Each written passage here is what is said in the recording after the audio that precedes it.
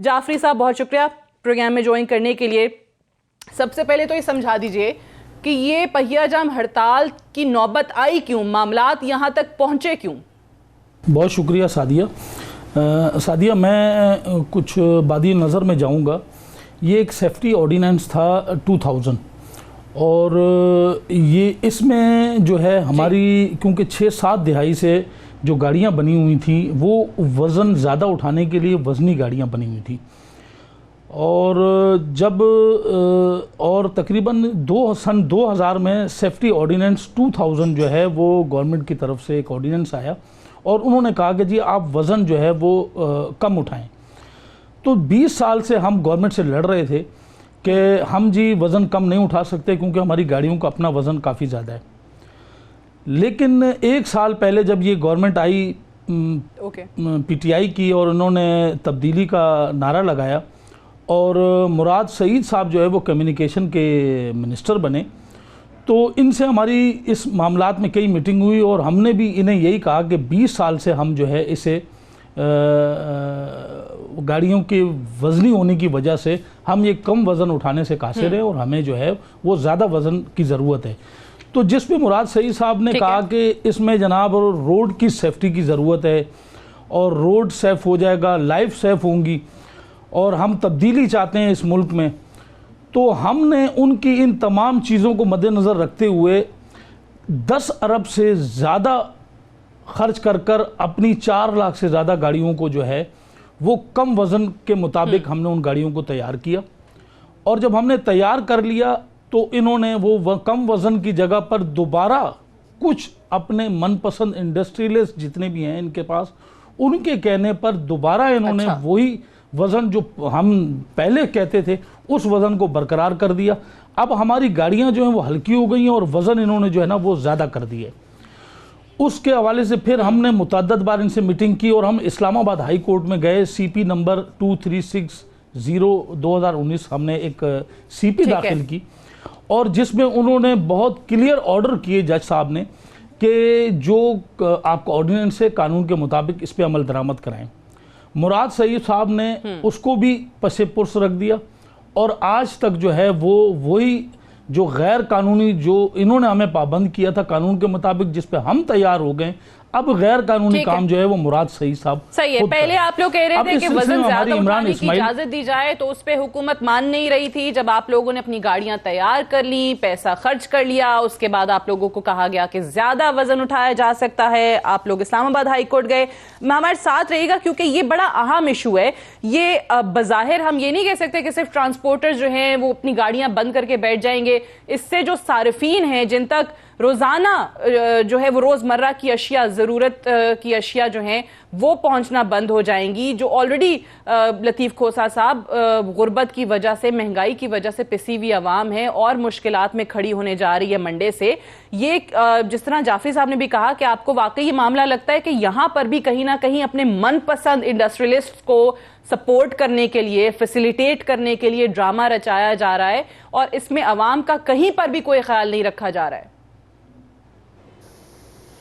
देखें सादिया, वो तो बिल्कुल इनकी बात से ही नज़र आ रहा है कि आपने हैवी व्हीकल्स जो है पहले 2000 का ऑर्डिनेंस के ज़रिए उनको जो है सड़क पर लेकर आए और उसके बाद 20 साल बाद माशाल्लाह मुराद सईद साहब बहुत ही होनहार और बहुत ही ताकतवर इस वक्त वज़ीर आज़म के जो वज़ीर हैं, माशाल्लाह कम्युनिकेशन मिनिस्टर हैं, वफाकी वज़ीर हैं, तो उनकी ब्रेन वेव देखिएगा कि उन्होंने कहा कि नहीं ये तो आपको जो है सड़कों की जो है वो इस पर इस वजह से हमारी सड़कें बैठ जा रही हैं या जो भी उन्होंने मंतक दी उसके ताबे। और मैं इनको आफरीन पेश करता हूँ जाफरी साहब को और इनकी ट्रांसपोर्ट के जो नुमाइंदगान हैं कि इन्होंने उसके गैर कानूनी अमल पर भी अमल दरामद करते हुए 10 अरब रुपया लगाकर इन्होंने सारी गाड़ियों को मॉड्यूलेट किया और उनकी ख्वाहिशात के मुताबिक उसको 10 अरब लगाया। तो पहले तो जाफरी साहब ने भी बादशाही की, उसी वक्त चैलेंज करते ये नाजायज़ हुक्म जो था मुराद सईद का, बिल्कुल नाजायज़ हुक्म था। जब एक चीज़ देखिए, एक होता है लोकस पोटेंशियाई का हमारा प्रिंसिपल, लोकस पोटेंशियाई का, आपने जब एक हुकूमती फ़ैसले, एक हुकूमती कानून, एक रियासती कानून के ताबे आपने अपनी बिजनेस कारोबार शुरू किया और आपने उसमें इन्वेस्टमेंट करके जारी कर दिया, तो फिर हुकूमत को कोई इख्तियार नहीं होता कि उसको वापस ले लें, क्योंकि लोगों का उससे न सिर्फ रोज़गार वाबस्ता होता है बल्कि एक सरमाया लगा हुआ होता है। फ़ौरन जो है ज़ाहिर है उसमें कंपोनेंट आ जाता है, सब कुछ आ जाता है। तो बहर कैफ इन्होंने, मैं कहता हूँ इनकी बहुत हिम्मत है कि इन्होंने फिर भी उस पर अमल दरामद किया। लेकिन अब फिर दोबारा कहना तो जाहिर है मनपसंद लोगों के अलावा मुझे तो और कोई वजह नज़र नहीं आती है कि या तो पहले तुमने गलत किया या तुमने अब किसी के। देखिए, दूसरी बात यह है कि मैं कहता हूं कि मुराद सईद को न सिर्फ इस चीज़ सारी का जिम्मेदार किया जाए, बल्कि इनका बिल्कुल ये मुतालबा ठीक है कि उसको मुस्ताफ़ी होना चाहिए। लेकिन ये सादिया आज लिख लो अच्छा। जितना माशाअल्लाह ये ब्लू आइड है प्राइम मिनिस्टर का, ये प्राइम मिनिस्टर जो है उसी तरह इसकी हिफाजत करेगा जिस तरह वो उस्मान बुज़दार का कहता है कि ये उस्मान बुज़दार तो बहुत अजीम शख्स है और फलान है, ये मुराद सईद को नहीं हटाएगा। वो तो कह रहे हैं ना उस्मान बुज़दार साहब को हटाने वाले थोड़ा मजीद इंतजार करें, 3.5-4 साल तो इंतजार वो कहते हैं कम से कम करना ही पड़ेगा जो उस्मान बुज़दार को नापसंद करना। तनवीर साहब ये बताइएगा कि ये मामलात कितने टेकअप हुए पार्लियामान के अंदर, नेशनल असम्बली के अंदर, कितनी इन पर बात हुई? ये ट्रांसपोर्टर्स वाला मामला तो बड़े अरसे से चल रहा है, यही इनका उस टाइम पे भी गिला था मुराद सईद साहब से या पॉलिसी से इस हुकूमत की, और अब तो जो सोमवार से होने जा रहा है तो अवाम कहाँ पे रिलीफ तलाश करने की कोशिश करें? मैक्रो इकोनॉमिक इंडिकेटर्स तो आवाम के सामने बड़े अच्छे पेश किए जा रहे हैं और आ भी रहे हैं, वो रेटिंग्स वाली कंपनीज भी बड़ी अच्छी रेटिंग्स दे रही हैं, लेकिन उसका कोई डायरेक्ट इम्पैक्ट एक आम आदमी की ज़िंदगी पे तो नज़र नहीं आ रहा। और ये ट्रांसपोर्टर्स वाले मसले को आपको लगता है कि जितनी तेज़ी से और जितनी आसानी से हम बाकी तरमीम और कानून साजियाँ देखते हैं, ये मामला क्यों नहीं टेकअप होता? इस पर क्यों नहीं बात होती पार्लियामान में? सादिया, शुक्रिया। मैं आपको बताऊं कि ये जो आप बात कर रहे हैं, इस हुकूमत के हर रोज़ आप अनोखे फ़ैसले, अनोखे काम देखते हैं, अनोखी ये हुकूमत है। और मुझे कोई समझ नहीं आती कि इनके पीछे जो भी ये फ़ैसले करते हैं क्या हिकमत अमली होती है। बल्कि एक चीज़ तो बड़ी वाज़ेह है कि ये जो वेस्टेड इंटरेस्ट वाले लोग हैं या इनके अपने लोग हैं, एक ख़ास किस्म का तबका है, वो ही पॉलिसी बना रहा है, वही इनके फैसले कराया। जिस तरह आपने कहा कि कुछ जाफरी साहब ने कि कुछ फैक्ट्रियों के मालकान जो बड़े बासर या इनके करीबी फैक्ट्रियों के मालकान हैं या इंडस्ट्रियलिस्ट हैं, ये वो फैसले करवाते हैं। और मैंने यही देखा 90% वही वो फैसले करवा रहे हैं जो रिलेटेड टू ये जो इकोनॉमिक पॉलिसीज बन रही हैं। तो आपने बहुत सारे क्वेश्चन उठाए, आपने मैक्रो इंडिकेटर्स का भी कहा, मैं उस पर भी बड़ी लंबी चौड़ी बहस कर सकता हूँ कि किस तरह आपने इतनी उनको चिट दे दी कि जो रेटिंग वाले अदारे हैं वो भी कह रहे हैं।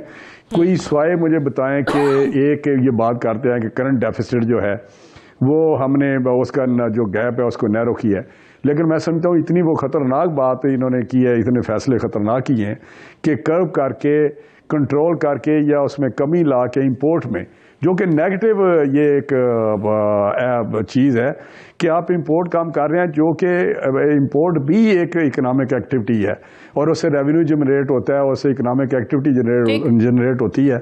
आप बेहतर होता कि आप जो डेफिसिट है, करंट अकाउंट डेफिसिट को करते एक्सपोर्ट बढ़ा के, वो हेल्दी चीज़ है, वो इकोनॉमिक हेल्थ है, आप देखेंगे तो पॉजिटिव चीज़ है। ये तो खैर आपने बात की तो मैंने उसका जवाब देना ज़रूरी समझा कि बिल्कुल इंडिकेटर सारे नीचे की तरफ जा रहे हैं, चाहे वो GDP हो, चाहे कोई भी आप इंडिकेटर्स देखें। अब इनका इशू जो है वो हमने टेकअप किया है, जो भी इशू जिस भी तबके के साथ हैं या जिस क्लास के साथ या किसी कारोबारी तबके के साथ हो या इस तरह हमारे लेबर क्लास के हों, तो अभी पीछे दिनों में ये इशू टेकअप हुआ। और ये भी जो इन्होंने ये फाइन जो ये लगाए हैं, आप कोई रैशनल देख सकते हैं कि 750 को इन्होंने 5000 या पता नहीं किस हद तक ले गए। ये जाफरी साहब बताएंगे उनके अमाउंट को 25,000, कोई 30,000, कोई 20,000, 10 गुना, 20 गुना, ये दुनिया में किसी जगह नहीं। कम से कम 10,000 नहीं, 20, 25, 30 10,000 ये बताएंगे, ये उनकी अपर लिमिट भी बताएंगे ये, और कम से कम नीचे की अगर आप परसेंटेज देखें तो मेरा वो 20-25 हजार के जुर्माने भी किए गए हैं, और जिसकी दलील ये दी जाती है कि हादसात को कम करने के लिए ये किया गया। और ये ट्रांसपोर्टर सादिया शायद एक फेरा जिसको कहते हैं उसमें ये शायद इतने पैसे भी ना बचाते हो, मैं आपको बताऊं, क्योंकि बहुत सारे इनको ओवरहेड एक्सपेंडिचर है, बहुत सारी इनकी कॉस्ट आती है। तो ये बड़ा अनफॉर्चुनेट है। ये गवर्नमेंट ऐसी है कि जिसको आप कह सकते हैं कि अभी मैं क्या कहूँ, नलायकों की हुकूमत है या एक अपने मफादात की हुकूमत है। अपने मफादात के लिए तो ये किसी हद तक भी जा सकते हैं। वहाँ कहते हैं बुज़दार बड़ा अजीम आदमी है, वो नहीं हिलेगा। एक्चुअली बात ये है कि मुझे, ठीक है, ये जो आपने कहा ना कि वो जो चालान फीस है वो भी हम देख रहे हैं बढ़ा दी गई मोटरवे पर। मैं जरा मलिका बुखारी साहिबा से भी इस चीज का जवाब ले लूं, क्योंकि नहीं, मुझे सादिया एक बात याद आ गई है पिछले दिनों। सादिया एक बड़ी जरूरी, सिर्फ मैंने आपको एक नोटिस मिला ना, पिछले 1-2 दिन में ये बड़ी हीटेड डिस्कशन हुई इन जो जुर्माने इन्होंने बढ़ाए और ये सारे ट्रांसपोर्टर के मसले। तो मराज सही साहब खड़े हुए वहाँ असम्बली में, तो उन्होंने कहा कि ये सस्टेनेबल गोल्स जो हैं, जरा बात सुने, मैं हैरान हूं कि उनकी कितनी एजुकेशन है या क्या है, वो क्या सिलसिला है या किस तरह। तो हर मिनिस्ट्री को सस्टेनेबल गोल्स अचीव करने के लिए टारगेट दिया गया। सस्टेनेबल गोल्स आप समझते हैं को उसको कम्युनिकेशन मिनिस्ट्री को सस्टेनेबल गोल्स के टारगेट अचीव करने के लिए उन्होंने ये फाइन बढ़ाए हैं। मैंने सर पकड़ लिया उधर जब उसने ये जवाब दिया है कि सस्टेनेबल गोल्स का जो टारगेट दिया मिनिस्ट्री को उनको चले मलिका बुखारी साहिबा से जान लेती हूँ कि वो सस्टेनेबल गोल्स को अचीव करने के लिए फाइन्स बढ़ा दिए। मलिका बुखारी साहिबा भी शायद उस दिन कि मोटरवे पर चालान फीस जो है वो 500 से कम 10,000 हो गई है। कौमी शाहराहों पे जो है वो टोल प्लाजा की तादाद जो है वो